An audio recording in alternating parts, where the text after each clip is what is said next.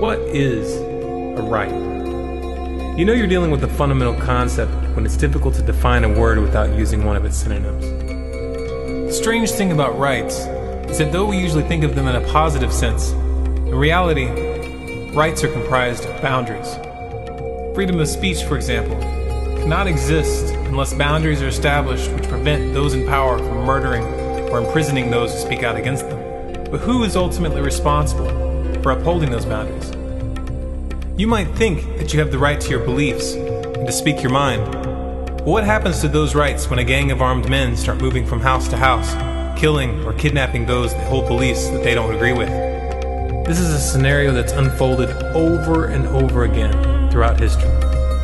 It keeps repeating, not because history has been forgotten, but rather because it hasn't been properly understood.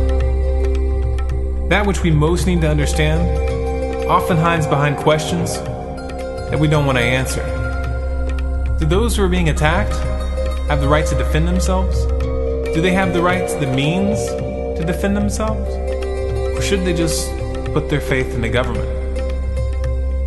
There are those who believe that the government should have the monopoly on violence, that the government should be the only one armed, and that we should trust the government to protect us. There's just one little tiny problem with that position. The gang of armed men doing the killing and the kidnapping usually is the government. It's the governments of the world who have initiated the genocides, the ethnic cleansings, the great mass murders. It's the governments who have systematically exterminated political dissidents. It's the governments who have built the concentration camps and the secret prisons. It's the governments who have always been behind the worst crimes committed against humanity. Human governments have repeatedly demonstrated themselves to be the most bloodthirsty, ruthless, and corrupt organizations on this planet. Even the sickest serial killers have nothing on the state. And yet some would entrust them with the absolute power of life and death over you and your family. That's what's at stake when you give the government the monopoly on violence. Because when the people have no means of defense, the government has no boundaries. Some would sidestep this issue by asserting that what we need is a stronger United Nations, a global government that's capable of keeping the rest of the world in line.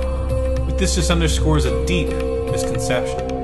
Government attracts tyrants, petty dictators, bullies, and psychopaths like manure draws flies. It always has, and it always will. And the more power associated with the position, the greater the attraction.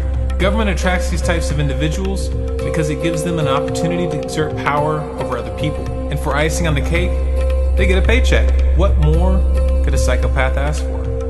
Global government is the ultimate power, the power to run the world. You can rest assured that the crazies will find their way in, and sooner or later, they'll be running it. Then who will protect you? Then who will you turn to? You can't resolve this issue by creating bigger and bigger governmental bodies. You can't buy safety by giving more and more of your power and rights away. The root of the issue is the monopoly on violence. And the solution is simple. No one should be given the monopoly on violence. Humans simply aren't mature enough to deal with that kind of temptation. A counterbalance must be maintained. And the right to self-defense is that counterbalance. The right to defense is the boundary which makes all of the rights possible. And it's not just a right, it's a responsibility. We are responsible for protecting our families and our communities. And we don't eliminate that responsibility when we hand it over to someone else. But the right to defense is meaningless without the means of defense. Therefore, the right to own and carry the means of defense is a core human right. As bitter of a pill as that might be for some people, what you need to realize is that if you allow that right to be taken from you when you don't need it, it won't be there when you do.